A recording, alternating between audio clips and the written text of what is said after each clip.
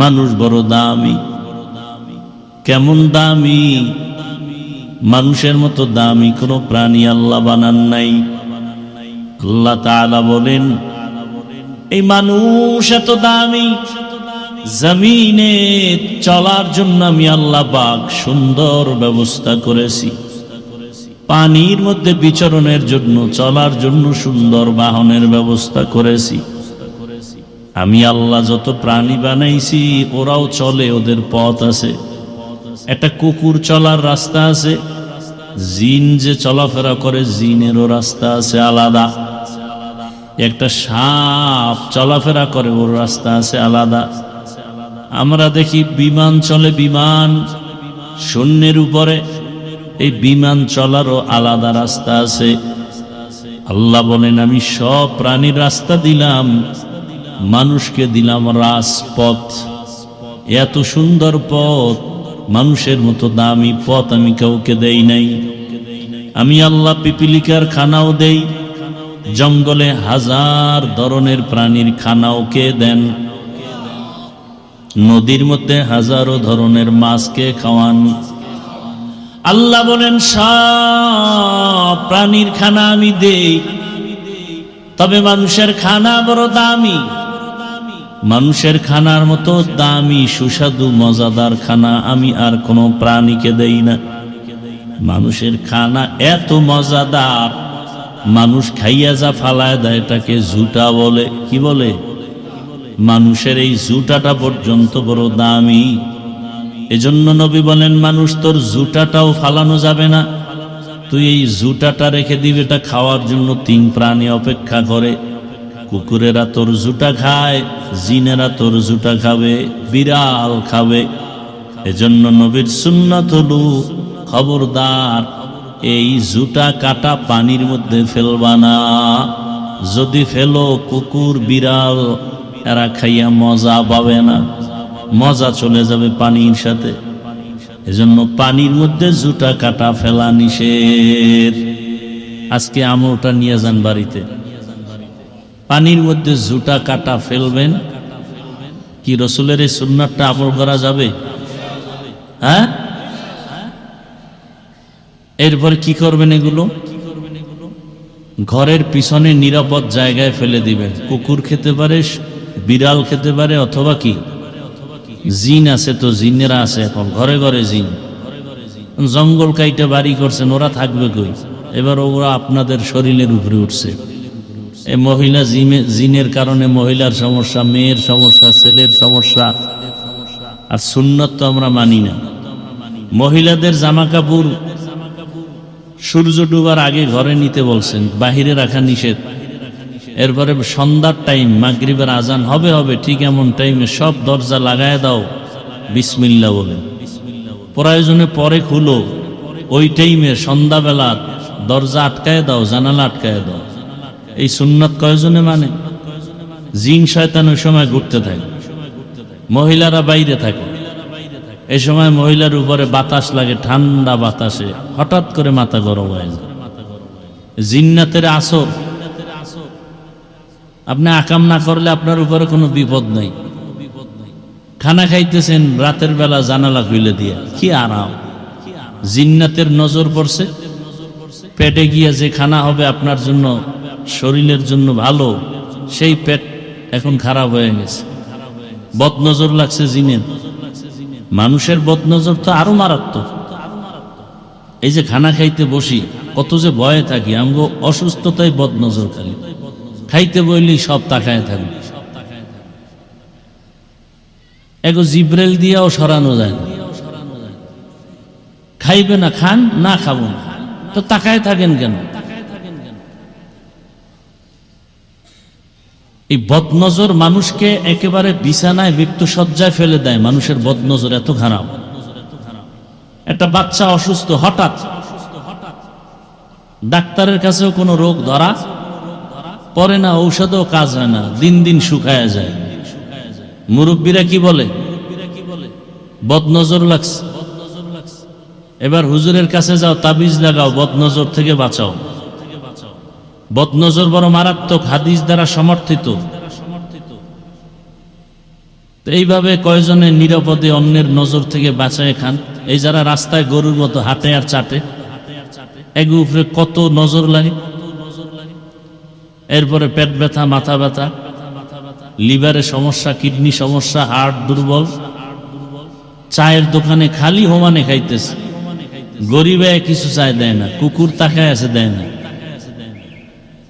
বদনজর লাগতেছে তো রোগ সারবে কি করে?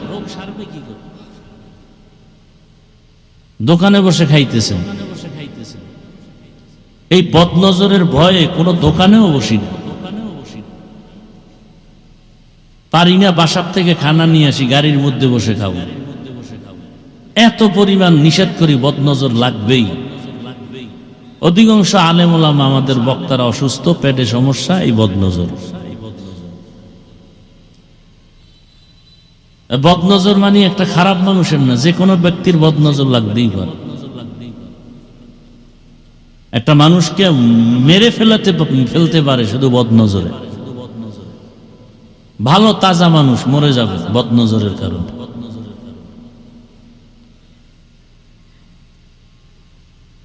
এজন্য সবসময় ঘর থেকে বের হইলে দোয়া আছে, খানা খাওয়ার আগে দোয়া আছে, বাজারে ঢুকবেন দোয়া আছে।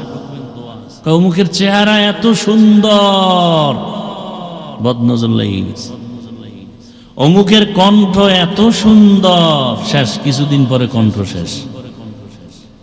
অমুকের বাড়ির গাভীতে এত পরিমাণ দুধ দেয়, এক সপ্তাহ পরে দুধ নেই। অমুকের গাছে এত পরিমাণ নারিকেল, এক সপ্তাহ পরে নারিকেল নাই। কি আছে না নাই? আর লজ্জা যাগো নাই, এরাও এরকম তাকাইয়েই থাকে, কেউ কিছু খাইতে দেখলে নজর আর সরায় না। খানেওয়ালা যা খায় হেরছে হে নজর দিয়ে বেশি খায়। আল্লাহ হেদায়াত দান করে। এই মা বাবারা সচেতন হন, সন্তানদেরকেও বদনজর থেকে বাঁচান। মহিলাদের রোগ বেশি হয় বদনজর। স্বামীর জন্য সাজে না, বেগানার জন্য সাজে। সাইজা মার্কেটে যায়, দোকানে যায়, বিদেশি স্বামীর টাকা আছে, সমস্যা কি? বাতাসের সাথে টাকা উড়ায়। অথচ ওই মহিলা মনে করে না একবারও যে স্বামী মরে গেলে সম্পদ তো আমারই, তাহলে আমি কার সম্পদ নষ্ট করি? কোটি কোটি টাকা কেউ কামাই করবে, আর স্ত্রী যদি ওই টাকা গুনার কাজে ব্যয় করে, কোনোদিন বরকত হবে না ওই সংসারে, কোনোদিন হবে না। সাইজা গুইজা মার্কেটে যায়, 13 বাড়ির 13 জনার 26টা বদনজরের চোখ লাগছে, চেহারা নষ্ট, বরণ উঠা শুরু হয়ে গেছে চেহারায়, পেট ব্যথা শুরু। বাজারে যায় খাইছে কি মজা করে সবার সাথে, বাম হাত দিয়া, বিসমিল্লাহ তো নাই। কতজনার বদনজর লাগছে, আস্তে আস্তে পেট ব্যথা শুরু হয়ে গেছে। ডাক্তার দেখাইতে দেখাইতে উল্টা, ডাক্তাররা তো কিছু ডাক্তার আছে রোগ ধরতে না পারলে খালি ঔষধ দেয়, হওয়ানে রোগ ধরতে পারে নাও, পেট ব্যথা খাইতে থাকো। অথচ রোগ কি? বদনজর, খাইছে ঔষধ উল্টা পাল্টা, এবার লিভারের উপরে উল্টা রিয়াকশন শুরু হয়ে গেছে, রোগ বাড়তেছে। একটা এলোপ্যাথিক ট্যাবলেট নাকি একটা অ্যাটম বোমের মতো, পার্শ্ব প্রতিক্রিয়া মারাত্মক। আল্লাহ, মানুষকে আল্লাহ পাক এত পিওর খানা দিছেন যে মানুষের খানার জুটাও কি পা। আমাদের জুটা খাওয়ার জন্য অন্য প্রাণী অপেক্ষা করে। যেই আল্লাহ এত মর্যাদা দিলেন মানুষকে, সেই আল্লাহ আর এক আয়াতে বলেন, ওয়ালাকাদ যারানা লিজাহান্নামা কাসীরাম মিনাল জিন্নি ওয়াল ইনসি লাহুম কুলুবুন লা ইয়াফকাহুনা বিহা। এই ভাই, বক্সে ভলিউম বাড়াও, মনিটরের সাউন্ড বাড়াও। অধিকাংশ মানুষ জাহান্নামে যাবে। ঘোষণাকার কম না বেশি মানুষ? অধিকাংশ মানুষ জাহান্নামে যাবে। কেন? লাহুম কুলুবুন লা ইয়াফকাহুনা বিহা, আমি আল্লাহ তাদেরকে গবেষণা করার মতো কলব দিয়েছি, গবেষণা করে না। তার মানে গবেষণা করতে বলছি, আসমান কে বানাইছেন দেখে দেখে গবেষণা কর। মানুষ তুই নিজের নিয়ে গবেষণা কর। লবণের ফ্যাক্টরি থেকে তৈল বের হয় না, তৈলের ফ্যাক্টরি থেকে লবণ বের হয় না, রডের ফ্যাক্টরি থেকে সিমেন্ট আসে না, সিমেন্টের ফ্যাক্টরি থেকে রড বের হয় না। আর তাকায় দেখ, মানুষ আকল খাটায় তাকাও, গবেষণা করো। আম্মাজান একটা ফ্যাক্টরি, ওই আম্মাজানের গর্ভ থেকে 10টা সন্তান আল্লাহ বের করছেন। তাকায় দেখ, একই গর্ভের সন্তান, একজনের চেহারার সাথে আর একজনের মিল নেই। একই ফ্যাক্টরির সন্তান, একের কণ্ঠের সাথে অন্যের কণ্ঠের কোনো মিলতাল নাই। শুধু কি তাই, ভালো করে তাকাইয়া দেখো, দুনিয়ার হাজার কোটি কোটি মানুষ যদি এক জায়গায় নেও, মানুষের সাইন নকল করা যায় কিন্তু আঙ্গুলের টিপ নকল করা যায় না। শুধু কি তাই, চোখের চাহনির মধ্যে আল্লাহ এমন ম্যাজিক লাগায় দিছে, সারা দুনিয়ার মানুষের চোখের সাথে আমার চোখের ডিজাইনে কোনো মিল হবে না। এই জন্য এখন ক্যামেরায় কি নেয়, চোখের চাহনি নেয়, এক একজনেরটা এক এক রকম। নিজেকে নিয়ে গবেষণা করো। আমার মাথা ব্যথা করে, খাইলাম ট্যাবলেট, গেল কই? মাথায়, পেটে। আমার কানে ব্যথা, খাইলাম ট্যাবলেট, গেল কই? আমার পায়ে ব্যথা করে, ব্যথার ট্যাবলেট দিল, খাইয়া গেল কই? মাথার সমস্যার খানাও পেটে, চোখের সমস্যার সমাধানও পেটে, সব ঔষধ পেটে যাইয়া। মাথারটাও মাথায় কাজ করে, চোখের ব্যথারটাও চোখের কাজ করে, পায়েরটাও কাজ করে। কুদরত কার? কাদের কুদরত দারি বার কামাল, আন্তা রব্বি আন্তা হাসবি জুল জালাল, তুহি কাদের জলিলুল্লাহ জাহাদার, বহর হালে তুহি মেরা নেগাহদার। আপনাদের মাঠের এই মাটির ভেতরে আম গাছ লাগাইলেন, কাঁঠাল, লিচু, লেবু, কাঁচামরিচ। আম কি হবে, জাল না টক? টক বলে, চিন্তা করে কি হবে, মিষ্টি। কাঁঠাল মিষ্টি, কথা ঠিক। পাশে লেবু গাছ, এর পাশে কাঁচামরিচ। কারণ কি? ওই কাঁঠাল গাছের গোড়ার মাটি মিষ্টি, আর লেবু গাছের গোড়ার মাটি টক। একবারও চিন্তা করছেন? একই মাটি, একই মাটি, কোনো ব্যবধান? এখান থেকে কাঁঠাল গাছ হয় মিষ্টি, আম মিষ্টি, লিচু মিষ্টি, লেবু টক, কাঁচামরিচ। আমার আল্লাহকে চিনো না কেন রে বান্দা? সব আমার আল্লাহর কুদরত। দুনিয়ার কোন মানুষের কাছে কোনো ক্ষমতা নাই। আছে? দুনিয়ার মানুষ কত রং বানায়, কিন্তু আল্লাহর দেওয়া রঙের মতো হয় নাকি? এমনও ফুল গাছের দিকে তাকাও, এত সুন্দর রঙের ফুল, দেখলে কলিজা ঠান্ডা হয়। দুনিয়াতে যত ফসল আছে, ফল আছে, সবগুলোর কালার দেয় সূর্যের আলো। কে কালার লাগায়? সূর্যের আলো। আর যত ফলে ফসলে স্বাদ বাড়ায় চাঁদের আলো। পরীক্ষা করছেন কোনদিন? তরমুজ দেখছেন? তরমুজ গাছে হয় না, মাটিতে। আচ্ছা, যেই তরমুজ দেখবেন মাটির সাথে মিশে থাকে এভাবে লাগানো, ওই নিচের অংশটা কি লাল হয় না সাদা? বুঝেন কিছু? বেশি মিষ্টি হয় না পানি? বুঝেন না কথা? সূর্যের আলো যেই পার্শ্বে লাগছে ওইটা কালার হয়ে গেছে, মাটির সাথে যে অংশ মিশে আছিল ওখানে সূর্য লাগে নাই তো কালারও হয় নাই। আবার চাঁদের আলো খোলা জায়গায় লাগছে তো মিষ্টি, আর যেই অংশটা মাটির সাথে চাপা ওখানে চাঁদের আলো যায় না, এই কারণে ওই জায়গার তরমুজটাও মিষ্টি না। ঠিক এভাবে আম গাছের দিকে তাকাবে, চাঁদের আলো যেই সাইটে বেশি লাগে ওই সাইটের আম মজা বেশি হয়, সূর্যের আলো যেই পার্শ্বে বেশি লাগে ওই পার্শ্বের আমে কালার ভালো হয়। এত কিছু কে দিছেন? কেন আল্লাহরে মাঝে মাঝে আমরা আম দেব, মাঝে মাঝে আল্লাহর জন্য নাস্তা ব্যবস্থা করো? এত কিছু আল্লাহ কার জন্য দিছেন? কাদের জন্য?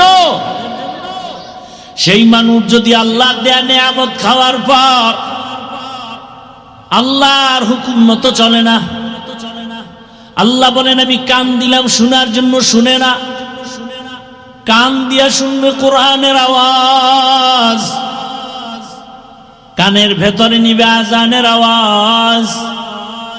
কিন্তু যেই বান্দা আমার দেওয়া পানি, আমার দেওয়া বাতাস, আমার দেওয়া সূর্যের আলো, চাঁদের আলো ভোগ করিয়া, আমার দেয়া নদীর মাছ খাইলা, জমিনের ফসল খাইয়া, গাছের ফল খাইয়া, যারা কানের ভেতরে আজানের আওয়াজ নেও না, কোরআনের আওয়াজ নেও না, মা বাবার মোহাব্বতের আওয়াজ না নিয়া তার লাগায় লাগায় গান শুনো, রেডি থাক, সীসা দিয়া তোর কান গরম করা হবে। তোকে আমি আল্লাহ শাস্তি দিব না তো কাকে দিব? আল্লাহ বলেন আমি চক্ষু দিলাম দেখার জন্য, দেখে না। তার মানে আমি আল্লাহ আইন করেছি চোখ দিয়া মা বাবাকে দেখবা সওয়াব, এই চোখ দিয়া তুমি কোরআন তাকায় তাকায় দেখবা সওয়াব, এ চোখ দিয়া বাইতুল্লাহ তাকায় দেখবা সওয়াব। যেই বাইতুল্লাহর দিকে শুধু তাকাইয়া প্রথম নজরে যা দোয়া করবে সাথে সাথে কবুল। ইন্না আউয়ালা বাইতিন উযিআ লিন-নাসি লাল্লাযী বিবাক্কাতা মুবারাকাও ওয়া হুদা, মুবারাকাও ওয়া হুদাল লিল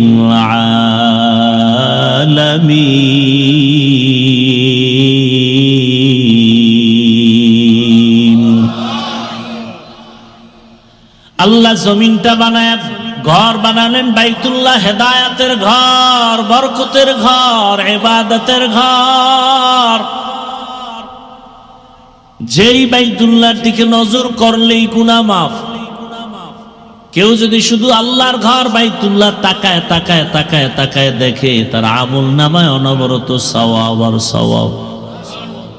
এমন একটা ঘর যেই বাইতুল্লাহর এরিয়ায় গিয়া যদি কেউ একবার আল্লাহ বলে ডাক দেয়, সাথে সাথে তার আমল নামায় 1,00,000 বার আল্লাহ বলার সওয়াব। আতিনা ফি দারে দুনিয়া না হাসান, আতিনা ফি দারে উকবা না হাসান, ইয়া গিয়াসাল মুস্তাগীসিন ইহদিনা লাফতিখারা বিল উলুমি ওয়াল গিনা। হর গরিদে নেকো তু তৈয়ার হ্যায়, जो न मांगे उससे तू बेजार है। আল্লাহ বলেন চোখ দিয়ে আলেম দেখবা সওয়াব, কিন্তু ওই নিমক হারাম অকৃতজ্ঞ বান্দা যে চক্ষু দিয়া মাও দেখে না, বাবাকেও দেখে না, ভালোবাসার নজরে কোরআনটাও তাকায় দেখে না, আলেমের দিকে তাকায় না, বাইতুল্লাহর দিকে তাকায় না, অল টাইম মোবাইলটা সামনে নিয়ে শুধু গুনাহ দেখে, গুনাহ সারা রাত। আছে না নাই? ঘন্টাকে ঘন্টা ঘন্টাকে ঘন্টা মোবাইলে গুনাহ, কবিরা গুনাহ করে আর সময় কাটায়। 20 মিনিট সময় দিয়া ফজরের 4 রাকাত নামাজ কপাল ভরা পড়তে পারে না। কত বড় নিকৃষ্ট কপাল ভরা! লজ্জা না থাকার কারণে আবার হাসি আসে। মোবাইলে ঘন্টাকে ঘন্টা সময় দিলা, ঘুমের ক্ষতি হলো না, চাকরির ক্ষতি হলো না, ব্যবসার ক্ষতি হলো না। 20 মিনিট সময় দিয়া ফজরের 4 রাকাত নামাজ পড়বা, তোমার অনেক সমস্যা, অনেক অজুহাত। তোমার মতো নিমক হারাম দুনিয়াতে আর কে আছে? শুধু মুহাম্মদের উম্মত হওয়ার কারণে আল্লাহ বাঁচায় দিলেন। না হয় ঘুমের থেকে উঠে দেখতা চেহারাটা শুকর হয়ে গেছে, বানর হয়ে গেছে, কুকুর হয়ে গেছে। লজ্জা থাকা উচিত। ঘন্টাকে ঘন্টা মোবাইলে সময় দেয়, তখন চাকরির ক্ষতি হয় না, তখন লেখাপড়ার ক্ষতি হয় না, তখন তার ব্যবসার ক্ষতি হয় না, তখন তার ঘুমের ক্ষতি হয় না। বয়ান শুনতে গেলে ক্ষতি হয়, নামাজ পড়তে গেলে সময় নাই, অথচ 20 মিনিট টাইম লাগে ফজর পড়তে সর্বোচ্চ, এর বেশি 1 মিনিটও লাগে না। জোহরের 10 রাকাতে 20 মিনিট, আসরের 4 রাকাতে 20 মিনিট, মাগরিবের 5 রাকাতে 20 মিনিট, এশার 9 রাকাত নামাজে 20 মিনিট। সারা দিন রাত মিলে 2 ঘন্টা সময় লাগে না 5 ওয়াক্ত নামাজে। বান্দা 22 ঘন্টা তুই তোর নিজের কাজে ব্যয় কর, ব্যবসা, চাকরি, লেখাপড়া, মাত্র 2 ঘন্টা সময় 20 মিনিট করে 5 ওয়াক্ত নামাজে ব্যয় কর। এই সময় জাতির কাছে নাই, আর সে বলে হুজুরদের দোয়া কবুল হয় না। কত বড় বেয়াদব! বলে হুজুরদের দোয়া কবুল হয় না। আরে মজলিসের মধ্যে সুদখোর থাকলে সবার দোয়া কবুল হলেও সুদখোরের কারণে কারো দোয়া কবুল হয় না। ঘুষখোরের কারণে, সুদখোরের কারণে, বেনামাজির কারণে দোয়া কবুল হয় না। গজব আসে একের পর এক দেশের ভেতরে। শান্তি আসবে কি করে? কির হাফেজ সাহেব, কির হাজি সাহেব, কির তাবলিগলাও, কির পীরের মুরিদ ভোটের আগের রাত্রে টাকা খাইয়া বেহুশ হয়ে গেছে। কি এরকম নাই জালেম? যারা টাকা খাওয়াইছে ওরাও জালেম, যারা ভোটের আগের রাত্রে ভোট দেওয়ার নামে টাকা খাইছে ওরাও জালেম। শান্তির আশা করো না? এত সোজা শান্তি, এত সোজা। শান্তি দেওয়ার মালিককে? আল্লাহর হুকুমের বিরুদ্ধে গেলে শান্তি হবে। আলহামদুলিল্লাহ আমরা শান্তিতে আছি।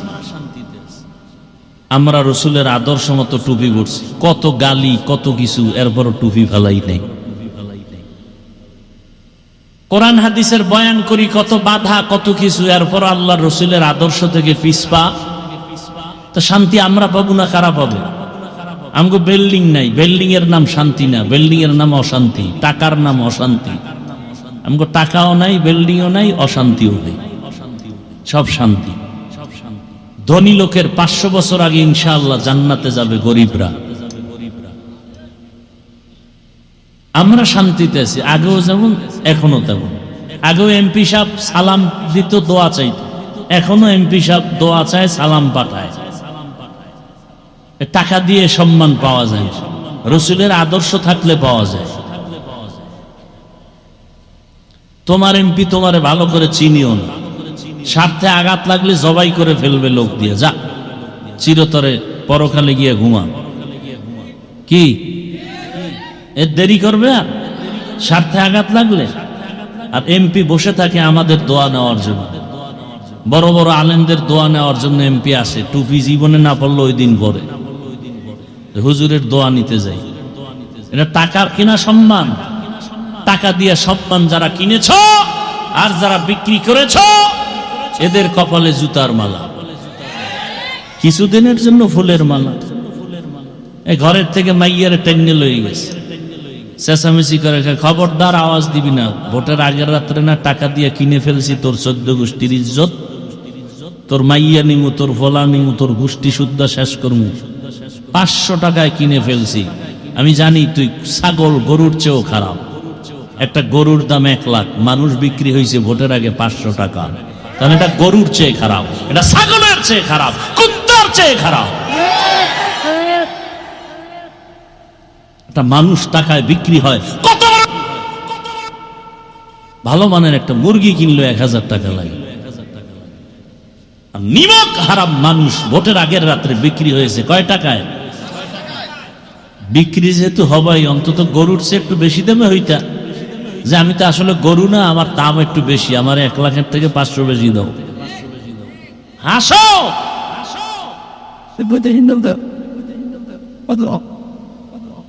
মাস্তানি করো আবার না, পশুর থেকে খারাপ টাকায় বিক্রি হয়ে গেছো। আবার ভাব আমরা ওই হারাম খাই না, এই জন্য আমরা কথা বলতে বাজে না। বাজে কোনো ভয় আছে কি? কোনো মায়ের সন্তান আসুক না দেখি সামনে কিছু বলার জন্য, তোমাকে বলতে পারবো এই বয়ান আগামী জুমায় ইমাম সাহেব দিলে হের উপরে হুলিয়া জারি হবে। কারণ শিয়ালের হাতে মুরগি দিলে যা হয়, মাদ্রাসা মসজিদের চাবি সুৎখরের হাতে দিলে তাই হয়।